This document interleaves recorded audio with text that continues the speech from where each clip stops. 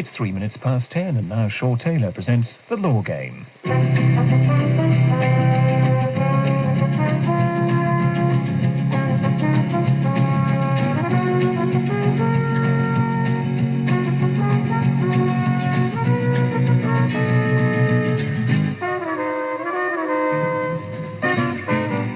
Are you as familiar with the law as you should be? Test yourself by joining us for The Law Game. It's an entertainment in which three well-known personalities play judge and pronounce their verdicts on fictitious law cases.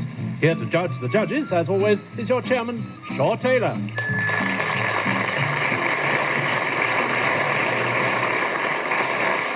Good evening. Well, we hope you at home will play along with us as we listen to the radio drama company acting out tonight's three cases. We've made them up, but they are all based on real cases that were argued in court on the same points of law. When our intrepid interpreters have intoned their deathless prose, I will interrupt them with this sound. And that is when our patently popular panel painstakingly peruse the facts and decide which side won the case and why. And to show my impartiality, I will give all three of them 50 points each to bet with. They can back their confidence or lack of it with as many of those points as they dare. The person with the most points at the end becomes the clever clogs of the week and wins.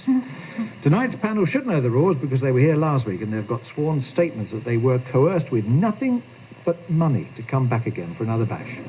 They are, of course, John Junkin, Sue Pollard and Patrick Moore.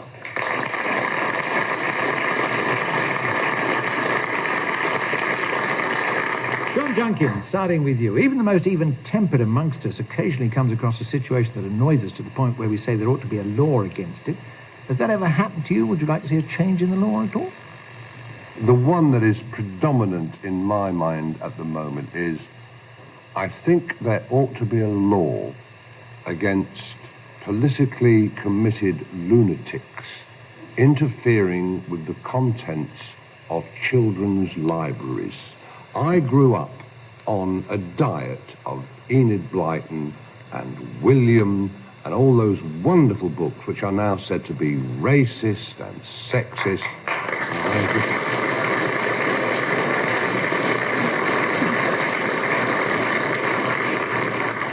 The only thing, John, is you say you grew up on them and look at you now. Sue Pollard, hello. You've got friends in tonight. Sue Pollard, apart from Joe Maplin on Miss Cathcart in IDI, what else has made you angry enough to want a law against it? You think you're just watching a fantastic programme and suddenly, it's time for the cup of tea.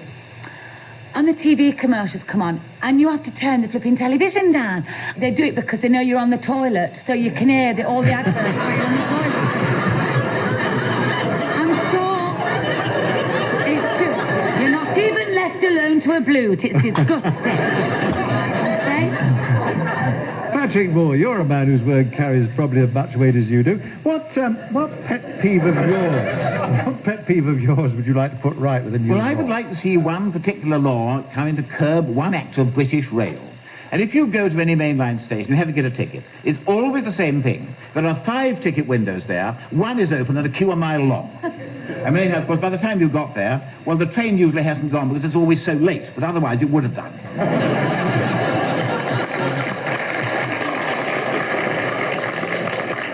You've carried the audience with you. I can't say you've carried British Rail, but you've carried the audience. Well, we've heard from the panel. Let's go over to the radio drama company as they present us with tonight's first case. It's got to do with the selling of a flat. The owner of the flat had recently moved out himself and hired his brother-in-law to get the place in shape, he said, so he could ask a good price. Let's join the two men after the work has been completed. Well, looks good, Terry. You've done better than I expected. That wood panelling looks really classy. Oh, yeah, it serves the purpose. It's nailed to buttons 1.5 inches from the wall. Oh, clever, that. Yeah, there's no way the damp's going to show through that. Was the wood expensive? Oh, it was a lot cheaper than scraping off the wallpaper and stripping the plaster back to the brickwork, waiting a week for it to dry out, treating it with rubber solution and replastering it all again. No, I did that whole wall in one day. Oh, cheap and cheerful, exactly what I wanted. I used the wood I had left over on the passage walls here. That way it sort of matches up and doesn't look too obvious. You're a genius, Terry. Oh, wait till you see the bedroom. There, have a look in there, look. Oh, ceiling tiles. Yeah, I know I said I'll fill it and give it a couple of coats of paint, but those tiles hide the leaks much better. They're also on a 1-inch batten with hardboard nailed to it, and the tiles are stuck to the hardboard. Well, it makes the ceiling slightly lower, but anyone who hasn't been here before wouldn't know the difference. No, of course, the None of this is going to fool an expert. I mean, a surveyor's only got to put his little damp measuring machine up against the ceiling or that wall and he'd know right away. Well, not everyone calls in a surveyor. Oh, I wouldn't buy a place without one. And you have one for your new place. Yeah, Terry, but you and I, we're careful. This lady who's coming round to see the flat, she's Dutch or something. Oh, yeah? And by the sound of it, she's got pots of money. She saw the advert and said it's just what she's been looking for. That won't stop her getting a surveyor in. Well, it might if I put a bit of pressure on. It's only 5:02, she's early. Oh, good. Must mean she's keen. Well, you won't leave me around, will you? No, but play along with what I say for a moment, yeah? Thank you, sir. Mr. Wilde? Mrs. van der Halter? You're early. This gentleman's just been looking over the flat ahead of you, and, well, he's made me a pretty good offer. Oh, yeah. I told him I'd already fixed your appointment and would offer you first refusal as long as you meet the asking price. Well, thanks for coming, Mr. Dorning, and I'll be in touch with you later this afternoon. All right. I really like the place, and since it's already decorated and in such good condition, I'm prepared to up my offer by another 1,000 if I have to. Well, I'll bear that in mind. You'll have a definite decision by tonight at the latest. Thanks, Mr. Wilde. Ta-ra for now, then. Goodbye, Mrs. Sander. Yeah, well, come in and look round, Mrs. van der Halter. Shall we start with the kitchen? Oh, it's beautiful. Oh, plenty of cupboard space. Oh, yes, you'll find the flat has everything you need. And as Mr. Dorning said, it's in good condition throughout. However, as you heard, he wants it too, so you'll have to make up your mind pretty quick. I promised him an answer tonight. Oh, I don't normally like being rushed into a yes or no like that. But it looks like I've got no choice. You couldn't possibly wait till my brother gets here next week. He knows more about property than I do. Oh, I'm sorry, Mrs. van der Halter. I'm afraid it has to be now. Oh, well, okay. Let's look at the lounge and bedroom. If they look as good as this kitchen, I'll take it.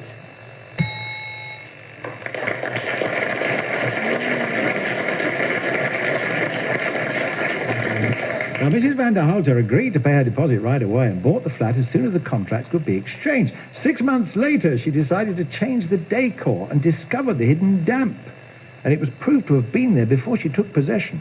So she sued Mr. Wilde, among other things, for damages for deceit. But did she win her claim or didn't she, John Junkin? Ooh. I don't think there is any law that says you can't decorate your flat by putting tiles on a batten and putting them 3 inches away from the ceiling or the wall. And I would have thought that if she wanted to make sure that the place was in acceptable condition, it was up to her. At no time in the conversation we heard did the gentleman say that it was in perfect condition. I would have thought she lost. Yeah, she could have had a survey, couldn't she? Mm-hmm. And she didn't, so she lost. A case of caveat emptor. What do you think, Sue Pollard? Do you think this is a case of caveat emptor? Well, I don't know, but I've had a bad case of flu recently anyway. I've got to agree with actually everything that John's just said previously. I mean, it seems to me it comes down to a matter of conscience. The guy's obviously thinking I'm onto a good thing here, so he's obviously conned his way to get rid of everything dead quick. Mm. He's had his cohort with him. I just feel that... that a case of if damages... I was the judge, I'd have to say, I'm very sorry, but I really feel you've got no case here. And I'm the judge, aren't I?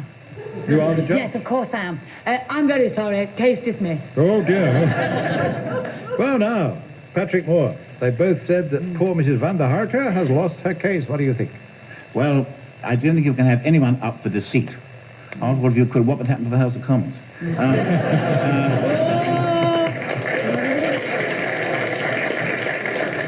I think she lost her case for 2 reasons. First of all, because she didn't have a surveyor's report. Right. Therefore, and secondly, there's nothing in the conversation that we heard, except the clandestine one that she didn't hear, that indicates that Mr. Wilde himself knew there was anything wrong. Oh. Therefore, because there's no actual proof that he knew, he might well have handed it over to someone else and taken it at face value. Right. And because of that, and because she didn't get a surveyor's report, because you can't sue for deceit, I think she lost her case. Poor Mrs. van der Halter. Well, now, all 3 of you say she lost. What points will you bet, John Junkin? 50 each you've got. What will you do? What points will I bet? At any other stage of my life, I would bet 50, but because we have all three been unanimous. Right. I don't trust you or Brad Ashton up a wet step. I will therefore bet 25. You'll bet 25. All right. Sue Pollard, what will you bet? You've got 50 points. 30. 30. Yes. All right. Patrick Moore. 35. I'm being bold, you see. 35. No hesitation there, was there? Right, you all say that she lost her case. Mrs. van der Hulter won her case.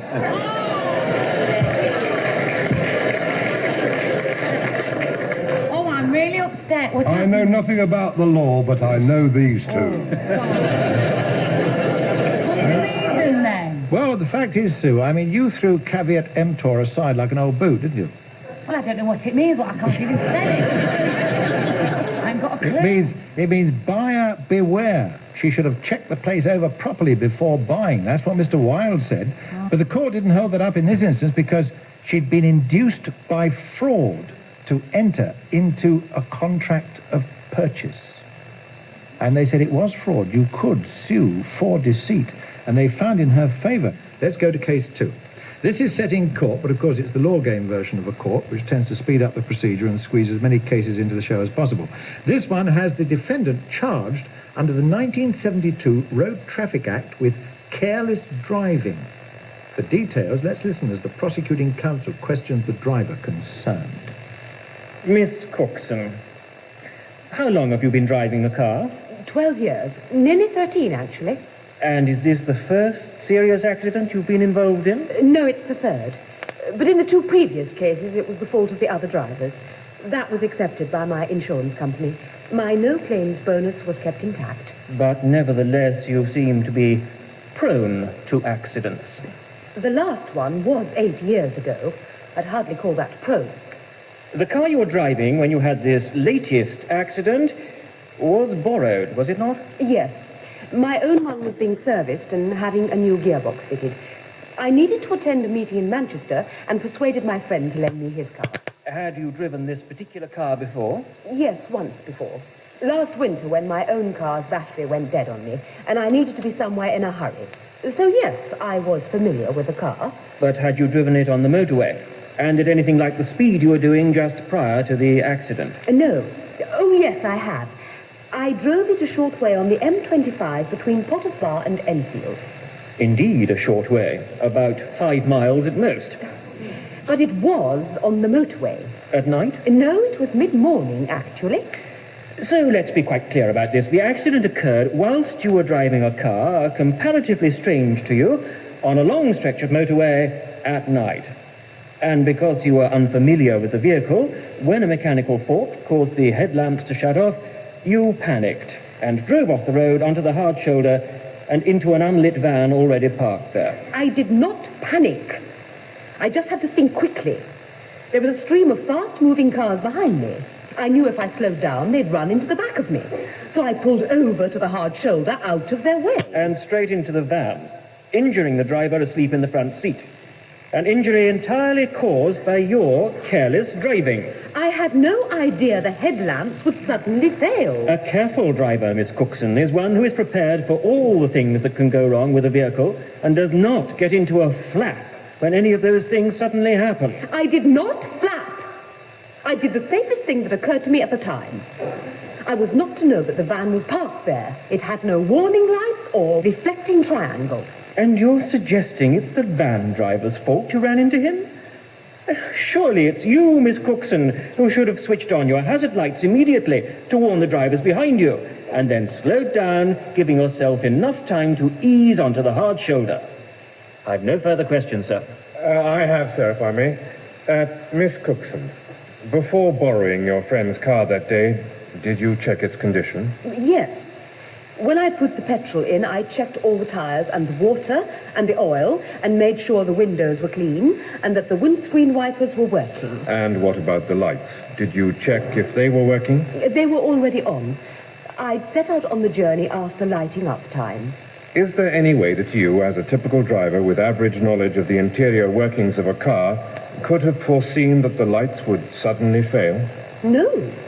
No way. One final question. would you have acted the same way had you been in the more familiar surroundings of your own car? Yes, I think I would. Well, there's the evidence panel. The poor old van driver, he felt a bit tired. He sort of catnap on the hard shoulder, found himself in hospital. And that was caused by Miss Cookson driving into the back of him. So, was she found guilty of driving without due care and attention, or was she not, Sue Pollard?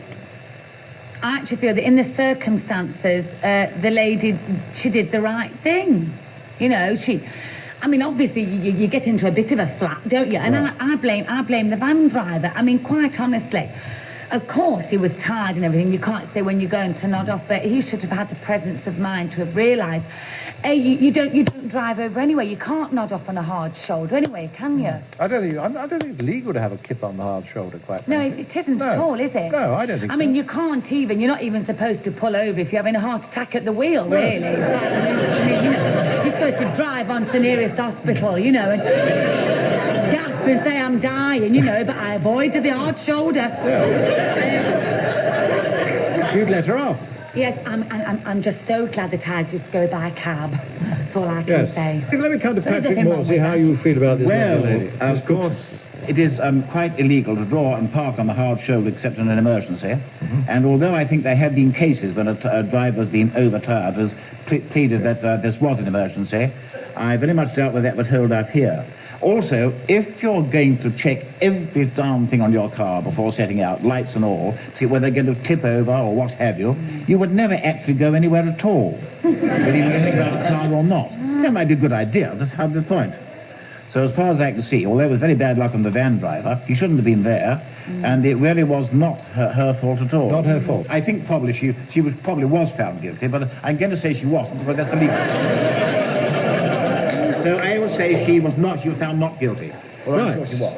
So, you have hedged your bets. John Junkin, are you quite clear on this? I'm clear on everything except Patrick's statement. No, I must say I tend to agree with him.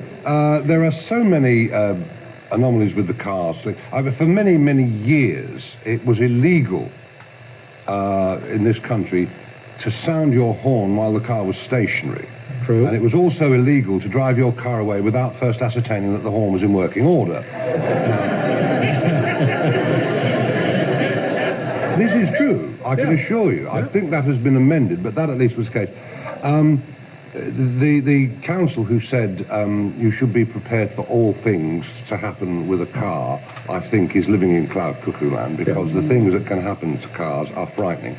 I think the lady was eminently sensible. I think, considering what happens on a motorway, considering the speed of cars on a motorway, to drive off onto the hard shoulder showed enormous presence of mind. If she knew the law, and the law says that you're not allowed to park on the hard shoulder, she should have been fairly confident that she could be able to drive onto the hard shoulder in comparative safety rather than stop dead on the motorway and possibly cause a major crash. I agree with Patrick. I don't know what the law says, but as far as I'm concerned, she should get off. Right, now, all three of you. Let us look at the point situation. John Junkin, you've got 25. Sue Pollard, you've got 20. Patrick Moore, you've got 15. Sue, you are the first to bet your 20 points that she was found not guilty. I'll bet 17. I'll bet 17 that she was acquitted. Oh, feels good. Well, you've said it now, haven't you? Patrick Moore, what will you bet? You've got 15 points. I may be rather mistrustful of you. Please don't get me wrong. No. But I have a sort of feeling that in setting this question, you know as well as I do that the motorist is always found guilty, whether he is or not.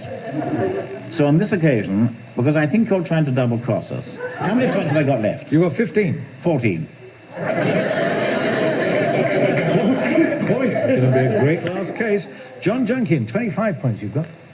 I like a gamble. 22. 22, right. You all three say Miss Cookson was found not guilty. Miss Cookson was found not guilty.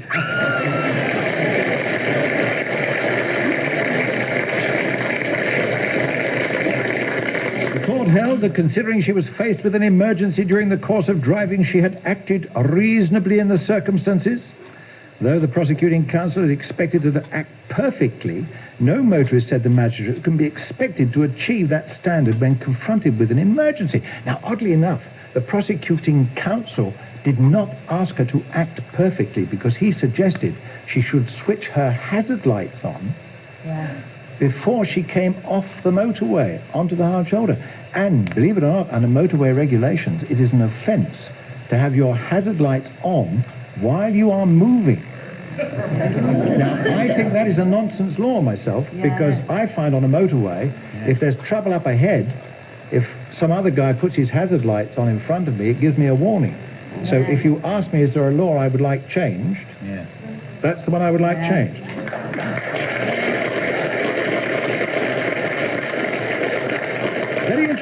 Very interesting gambling here. We've got John Junkin in the lead with 47 points, Sue Pollard with 37, Patrick, you have 29. So case number 3 coming up now. It's one in which a group of parents form themselves into a committee to complain to their local council. The chairperson, note that, the chairperson and her deputy went to see the education officer with their complaint.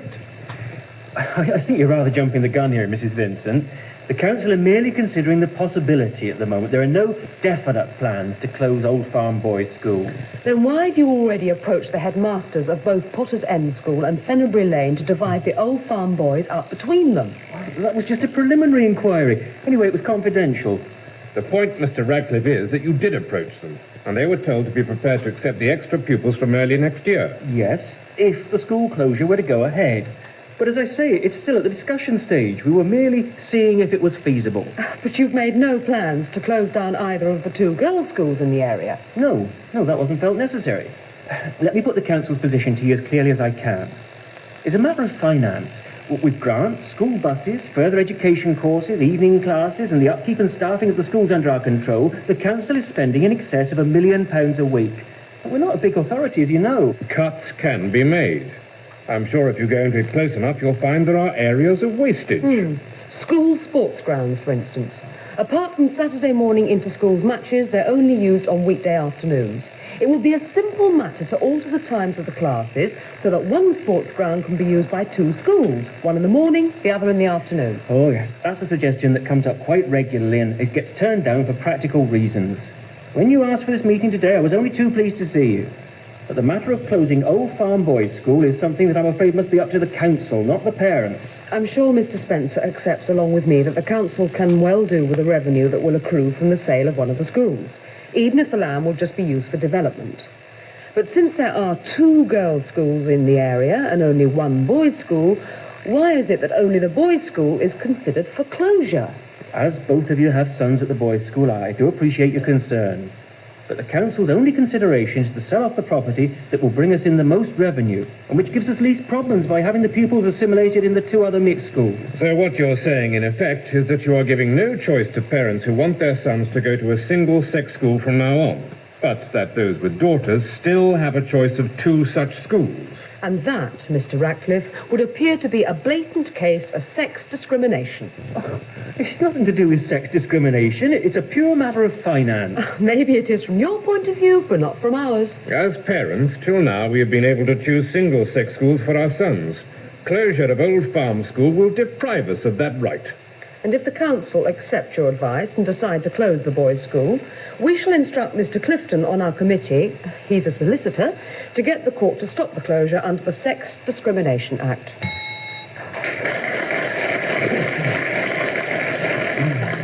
Well, the council made the decision to close the school, and they did go to court.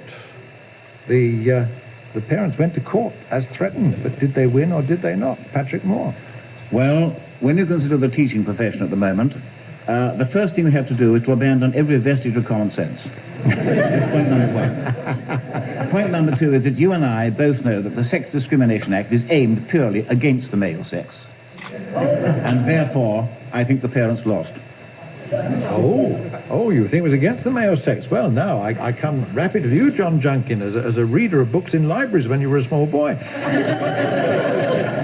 Well, how do you feel about this? Do you think the parents won? I think if they'd possibly gone to law under some other pretext, I think they might have had a case. I don't think their case stands up under sex discrimination, unfortunately. You don't I think the they sex would lose. discrimination was proved? All right, then. What about you, Sue Pollard? Do you Well, see I've any got sex here- discrimination in this? I've got here my Pitman shorthand. Yes. People on the bandwagon. And parents at the moment seem to be up in arms about the way that their children are educated or not. So therefore they feel that they've got more say in the way that their education is run, which I think is fair. Yeah. But in this case, they said, well, we've got to win somehow, so we'll just make it a case of sex discrimination. And I agree with John. I don't think that is a good enough reason to state their case. So we have a panel here which is united in saying that the parents lost. Patrick Moore, 29 points you have. How many of those will you bet? 29. After all, I had a complete blank last week. Why shouldn't I go for the double? John Junkin, you got 47 points. Have I? I'll join you, Patrick. I'll go the lot. 47. Yes. Sue Pollard. Oh, timid little You can man. either have integrity or you can win, Sue. Which do you want to do? I think I'll win because I was nearly losing, wasn't I? How many have I got? 37 points.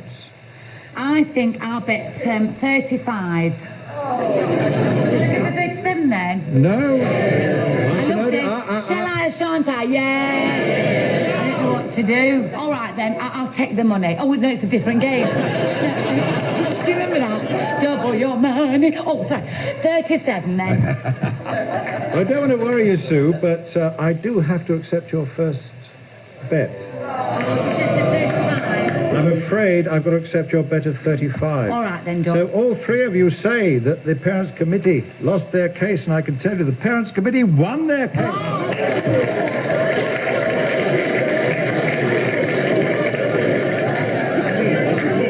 They got an injunction to stop the council closing the boys' school. The court held that under the 1975 Sex Discrimination Act, the loss of option to have either single-sex or co-educational schooling for boys and not for girls was to treat the boys less favourably and therefore sex discriminatory.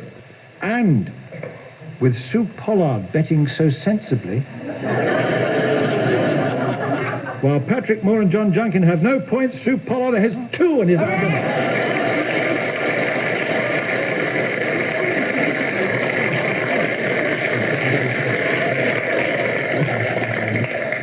Well, that's not only the last of tonight's cases, it's also the end of this 11th series of the Law Game. However, an appeal has been lodged with the powers that be to consider the benefits of bringing us back again before too long, and we hope to see you then. Meanwhile, I would just say good night on behalf of tonight's panel of John Junkin, Sue Pollard and Patrick Moore, our radio drama company, who are Natasha Pine, Andrew Branch and Richard Durden, deviser and writer, Brad Ashton, legal advisor Doug Cracknell, producer Dan Patterson, and from me, Shaw Taylor. Bye-bye for now.